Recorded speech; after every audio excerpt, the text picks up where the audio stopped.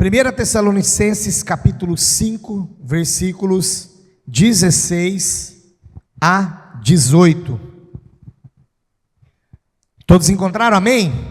Você em casa encontrou? Amém? Pergunta aí, Miguel, se eles encontraram. Você que está aí na câmera. Vamos fazer então a leitura, que diz assim: regozijai-vos sempre, orai sem cessar.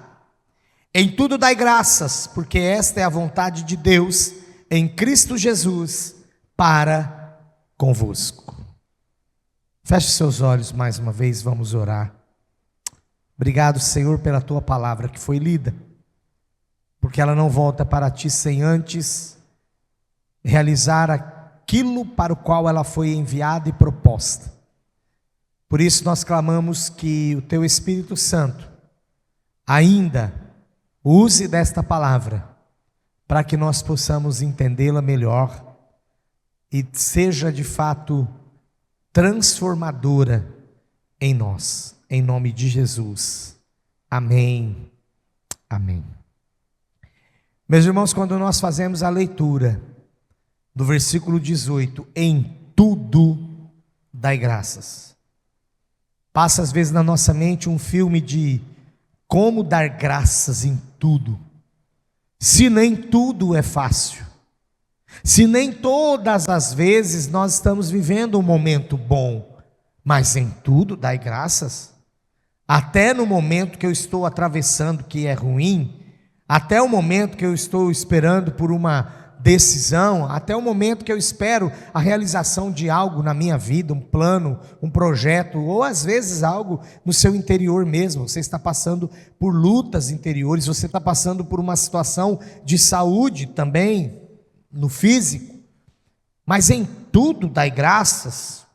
Eu fiz uma anotação há algum tempo, quando fiz a leitura desse texto, e eu escrevi assim: em tudo dar graças. Em tudo dar graças, diante de tantas situações loucas, é trazer à lucidez a gratidão. A gente só pode dar graças em tudo quando de fato nós conseguimos ser lúcidos. E a lucidez do crente que se aplica a em tudo dar graças é a gratidão.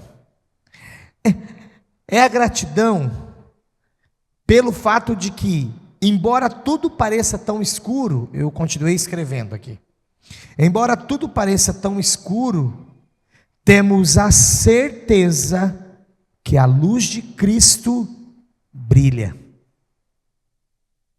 Aquele cântico que a gente sempre canta por aqui, né? Eu sei que para além das nuvens o sol não deixou de brilhar, só porque a terra escureceu. Então, não é porque está escuro aqui embaixo que o sol não está sobre as nuvens. O sol ainda está lá. Só que a luz que nós aguardamos e que nela confiamos é uma luz excelente, muito melhor, muito mais forte do que a luz do sol. É a luz de Cristo, que mesmo que pareça estar tão escuro, nós temos a certeza de que ela brilha. A luz de Cristo brilha. E assim é que se cumpre a vontade de Deus, quando damos graças a Ele, porque apesar das circunstâncias, nós sabemos quem Ele é, e nós o buscamos por isso, e nós confiamos nele por isso. É interessante que eu fiz a leitura do 16 ao 18, né? O 16 fala: regozijai-vos sempre. Esse sempre é para dizer assim, ó, mesmo na tristeza, seja alegre. O regozijar é alegria, é um ato de alegria, é algo assim que a gente faz até com barulho, mas na tristeza, como? Preste atenção, o 18 vai falar que em tudo dai graças.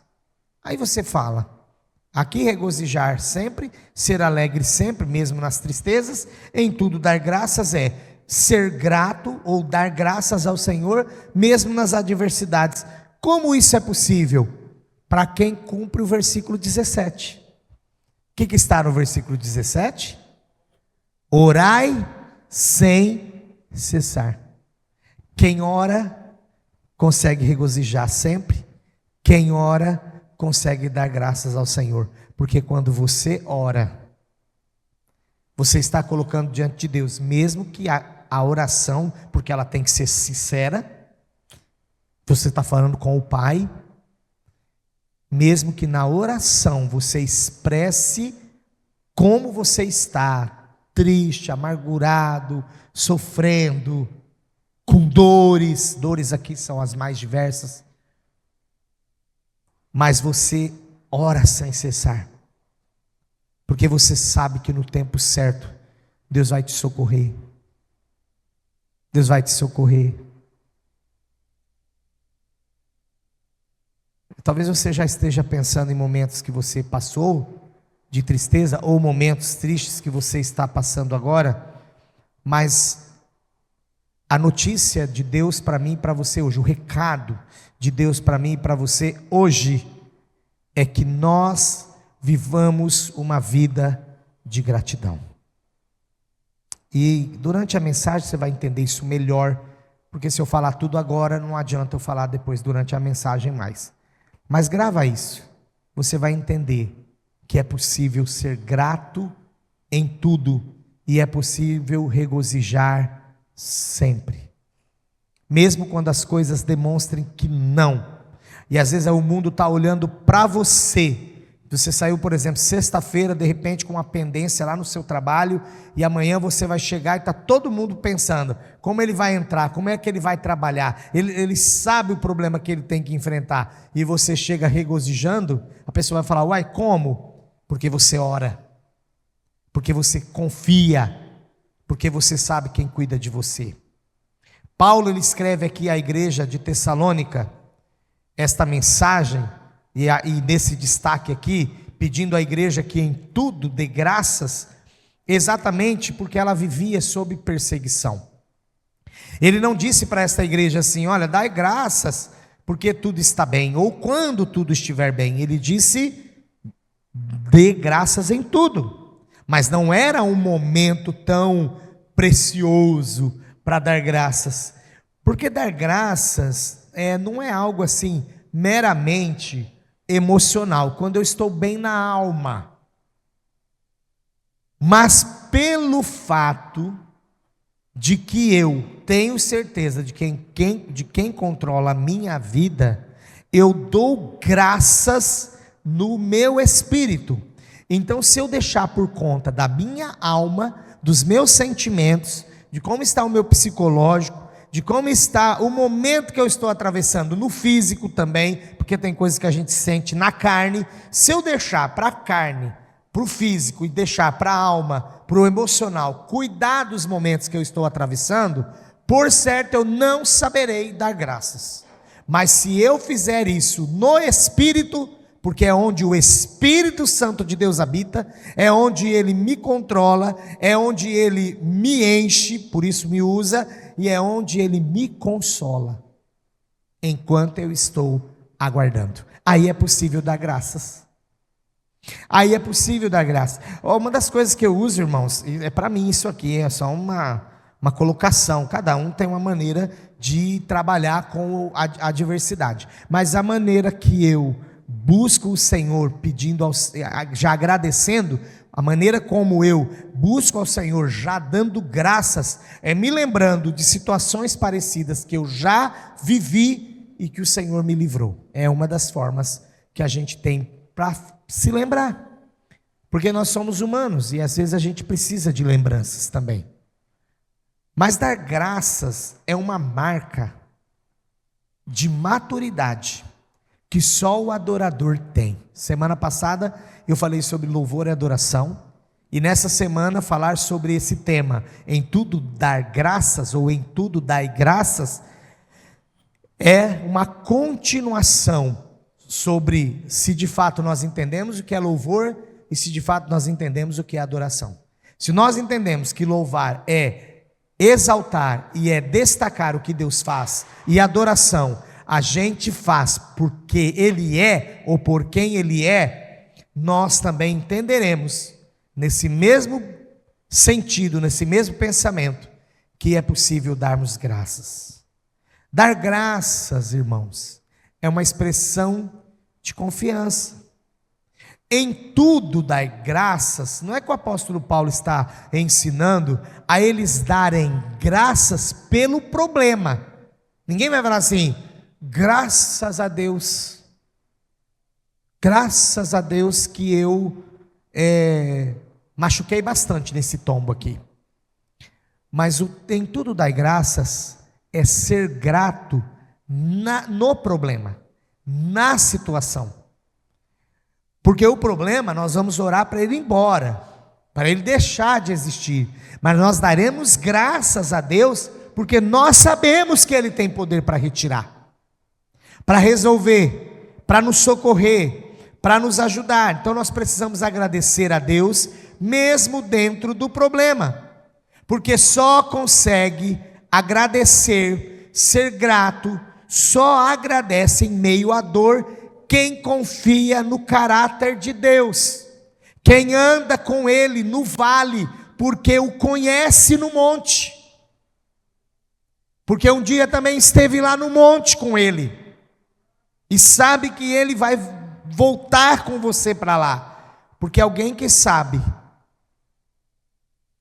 mesmo hoje andando na dificuldade, mas alguém que confia de fato no Senhor, sabe que Ele o levará para um lugar mais alto. É por isso que a gente precisa exercer como adoradores verdadeiros. Nós precisamos agradecer, porque nós não dependemos das circunstâncias para dar graças. Nós não dependemos. Por confiar no caráter de Deus, me fez lembrar, eu comentei hoje no primeiro culto, que me fez lembrar que eu olhava a situação da minha casa, eu já era assim, pré-adolescente, nós não estávamos passando uma situação assim muito boa financeiramente, mas o que me deixava grato e ao mesmo tempo tranquilo é porque eu confiava no caráter dos meus pais. O meu pai nunca, por mais que ele passou por dificuldades, mas ele nunca deixou faltar o básico. Ainda que por muito tempo a nossa comida foi arroz, feijão e queijo ralado. E era bom, me alimentava. Mas eu olhava para o meu pai, para o esforço dele em fazer o melhor, em trazer o melhor, aquilo me fazia ser grato.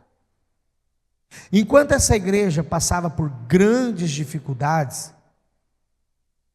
e várias vezes a gente teve situações agudas aqui, e em todas elas eu fui grato. Como eu era uma pessoa grata?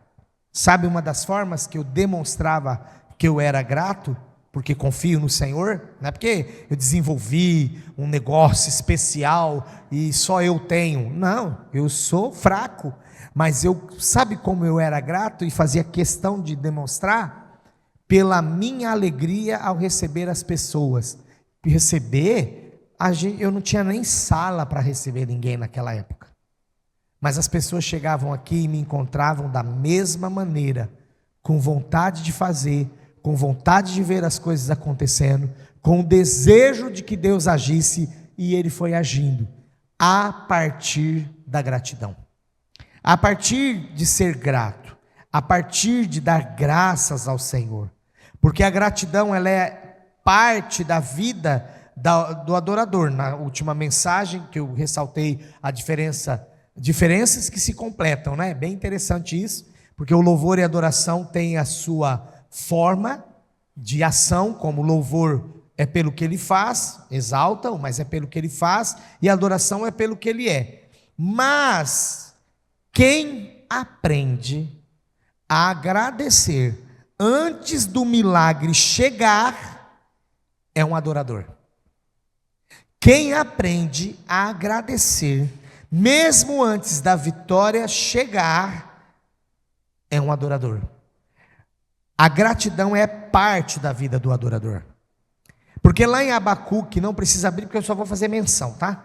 Lá em Abacuque, no capítulo 3, versículos 17 a 18, ele fala exatamente assim, ó: ainda que a figueira não floresça, ainda que não haja fruto na vide, ainda que não haja mantimento no campo, ainda que não haja os bois, as vacas reproduzindo, não haja leite, não haja nada, ainda que não tenha, versículo 18 de Abacuque 3, ele conclui: todavia eu me alegrarei no Deus da minha salvação.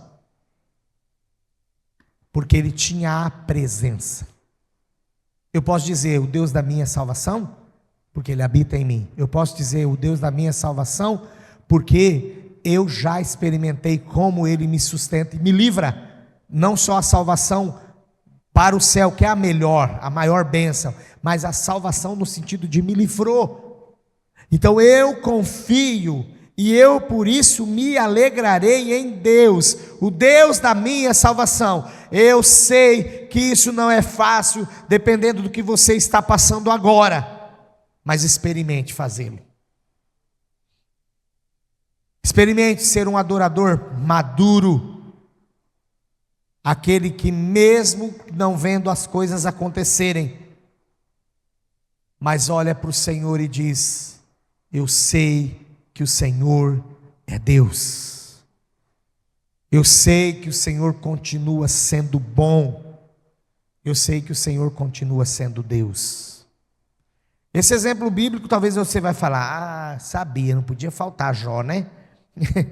O exemplo bíblico que nós temos de gratidão no momento bom ou ruim é Jó, porque ele já era um adorador no momento bom. Ele já era um adorador como homem próspero, como aquele que demonstrava ser temente a Deus, com a sua família estruturada. Ele adorava a Deus na abundância, mas o que prova que Jó de fato era um adorador é que quando ele perdeu tudo, ele continuou adorando. Quando ele diz: Senhor, antes eu só te conhecia de ouvir, mas hoje os meus olhos te veem.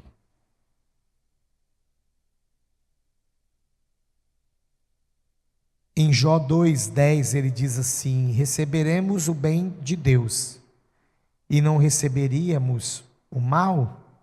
Havia um pensamento naquele tempo que tudo vinha do Senhor, bem ou mal. Mas nesse caso aqui o que fica claro é: ele recebeu tudo que vinha de bom de Deus, mas ele também estava experimentando agora o que vinha de mal, e Deus permitiu. Então por isso a atribuição de que o mal veio também de Deus, mas é pelo fato deles não conhecerem o inimigo também das nossas almas, e eles falavam como tudo vinha de Deus. Agora, pensando nos dias de hoje, que agora nós temos a palavra decifrada para nós, de que Deus é bom e faz o bem, mas as coisas ruins acontecem. Primeiro, porque estamos no mundo que jaz no maligno. Segundo, que nós estamos no mundo que por causa do pecado entrou dores, doenças e tantas outras coisas na terra.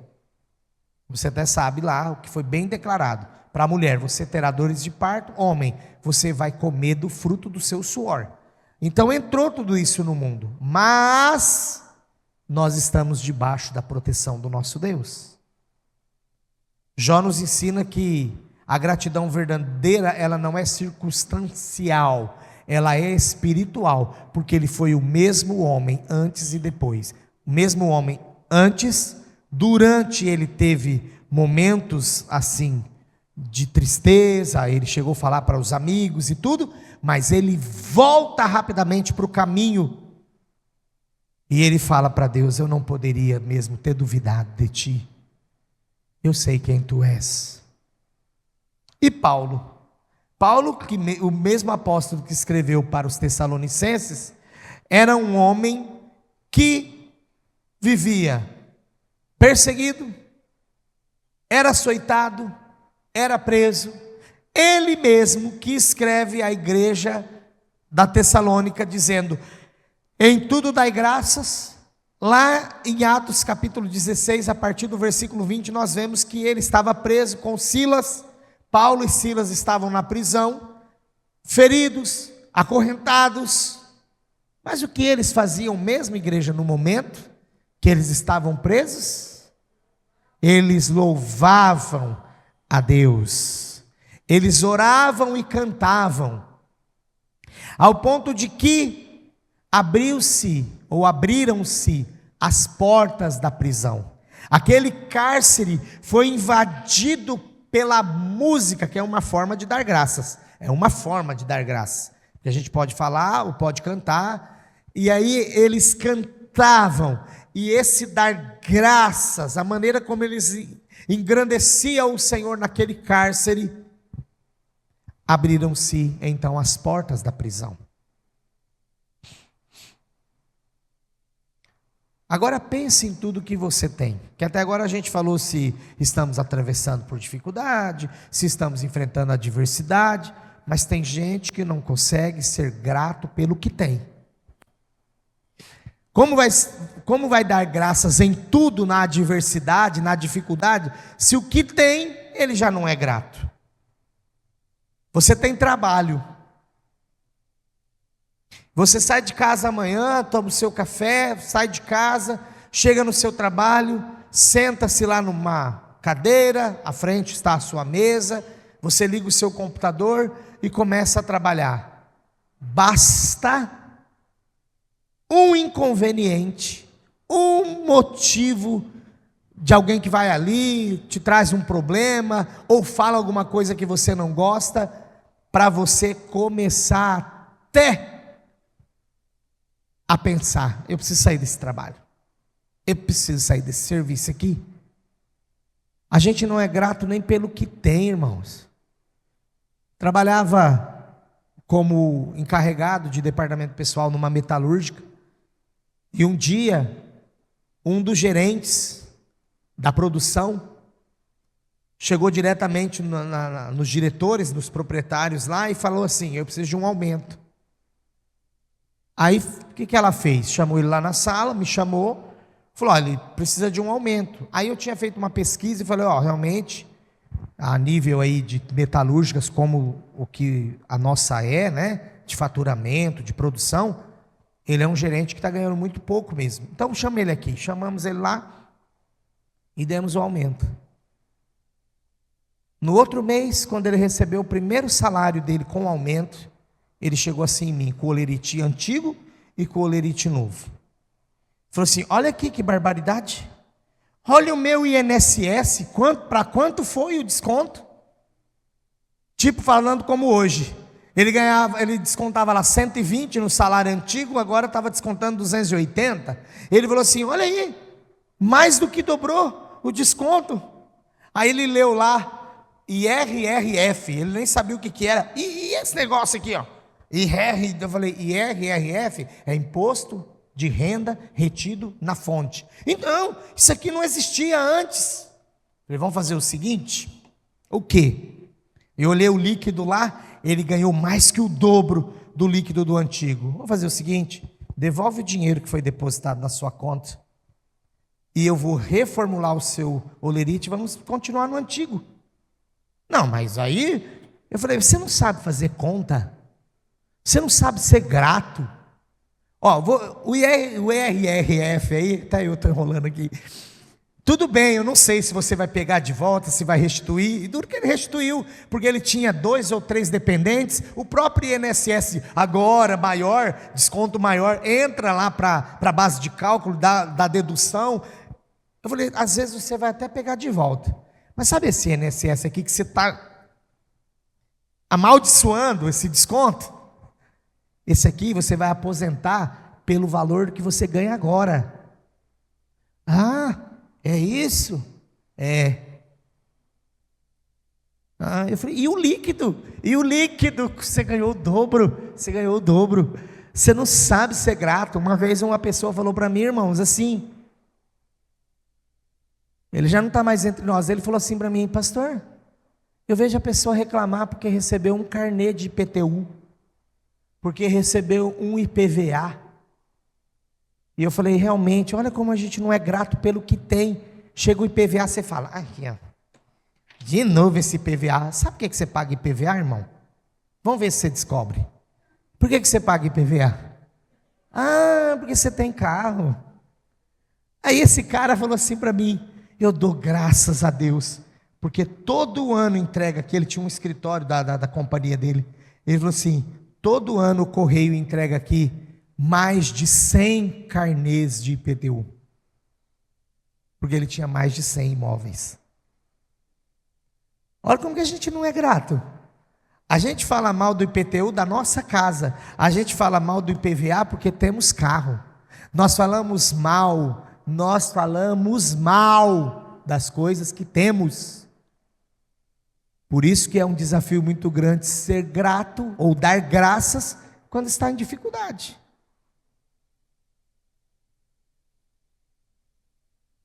Não sei mais o que eu faço, pastor. O quê? Por quê, irmão? Tem 2 carros e uma moto. E daí? Um carro quebrou. Irmão, seja grato, irmão. Você tem 2 carros e uma moto. Quebrou um carro, anda com o outro. Depois vê o que faz. Ou anda com a moto. Depois você vê o que faz. Temos que ser mais gratos, irmãos. Pelo trabalho, pela família. Quantas vezes você coloca defeito na sua casa, na sua própria família? Ou você coloca também defeito na casa que você mora? Se você já não vive mais de aluguel e você tem casa própria, claro que seu desafio é maior, irmão.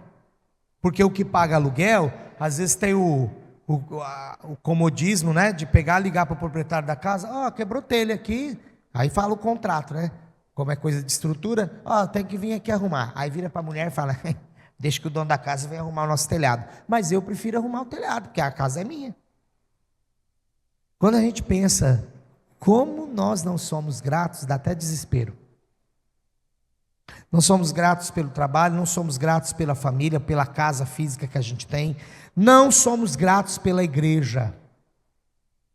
Nós estamos num desafio novo agora, mas eu pude falar ontem com propriedade para os líderes de ministério que estiveram aqui, porque o conselho primeiro avaliou e falou: vamos fazer, vamos sair para esse plano de ação, amém, mas vamos precisar de ajuda. Aí eu pedi ajuda para quem? Para os líderes de ministérios, porque além deles terem várias pessoas que eles lideram, tem ministério aqui, irmãos, que tem 25, 30 pessoas no ministério. Então, além deles terem acesso a quase todo mundo, ainda tem essas ramificações, né? Por exemplo, uma professora, um professor da IBD pode nos ajudar falando com o marido, com a esposa, que não dá aula, mas que quando ouvir do líder da IBD que nós precisamos de ajuda, nós vamos chegar até o último membro da igreja. Mas eu disse para eles com propriedade ontem uma coisa: pelo menos disso não pode se reclamar nessa igreja. Muitas vezes eu cheguei aqui e falei: irmãos, nós estamos assim, e nós precisamos colocar o telhado, ou nós precisamos arrumar a cozinha, e você chegou aqui e já estava feito, sim ou não? Para depois a gente ver como ia fazer. Então muitas vezes se reclama ou fala-se de um lugar. Outra coisa que falam muito da igreja é assim: não me falaram oi. Você não sabe falar oi? Porque com a mesma língua que você está falando mal da igreja, você pode falar um oi. É a mesma língua, mesma boquinha. Em vez de ninguém me cumprimenta, oi, falou menos. Sai do seu lugar e cumprimenta, irmão. Só tem desculpa para isso na primeira, no máximo até a segunda vez, quem visita. Mas depois que se torna parte integrante da igreja, não tem mais razão. Tem que sair falando, tem que sair se envolvendo. Uma vez passou um camarada aqui na igreja, porque eu estou falando de gente que reclama. Irmãos, eu vi ele nas rodas, nossa, falava para os cotovelos, cara. De repente, quando ele saiu da igreja, alguns anos atrás, ele falou assim: é porque ali na igreja eu não conseguia ter comunhão com ninguém. Eu falei: o quê? O povo ficava numa rodinha escutando ele falar mentiras, papo. Mas quando a pessoa não é grata, quando a pessoa não considera o que ela tem, onde ela está, o que ela está fazendo naquele momento, o que ela está vivendo naquele momento, a pessoa que não olha para trás, para ver o que ela já ganhou, estando naquele lugar, estando com aquelas pessoas, sendo cuidada, se a pessoa não é grata, não há o que fazer. Irmãos, para agradar pessoas aqui, eu só faltei ser do MEL, do Ministério de Dança. Porque do resto, tudo eu fui um pouco. Eu já fiz teatro. Tanta coisa. Mas se você não tem um coração grato nem a Deus, você nunca saberá ser grato a ninguém e a nada. Por fim, sobre a saúde. Às vezes nós estamos enfrentando e enfrentaremos grandes problemas, mas precisamos ser gratos a Deus pela certeza de quem Ele é e pela esperança que nós temos nele da cura. E a salvação, a principal bênção. Eu já vi pessoas falando assim: pastor, parece que depois que eu me entendi como salvo, como salva, as coisas pioraram, porque não entendeu a alegria da salvação. Quantos reclamam, né, irmãos, do que já possuem? Como poderão receber mais do Senhor se não consideram e não agradecem quando estão a seus olhos no pouco? Porque Jesus disse: se nós formos fiéis no pouco, nós também seremos colocados no muito. Se nós somos fiéis e sermos gratos, reconhecendo, mesmo quando ainda nós estamos no pouco, nós receberemos mais manifestações da graça de Deus. Olha o que o salmista diz em Salmo 103:2, não precisa abrir: bendiga, ó minha alma, ao Senhor. Dependendo da versão bendize, ó minha alma, ao Senhor, e não te esqueças de nenhum de seus benefícios. Eu estou hoje passando por isso, Senhor, mas eu sei os benefícios que tu tens para mim, porque o Senhor já fez, porque o Senhor fez na vida de alguém, porque o Senhor faz, que eu vi que faz, e no meu caso, eu sei que o Senhor ainda fará. Quero que você feche os seus olhos. Por fim, dar graças ou ser grato é profético. Sabe por quê?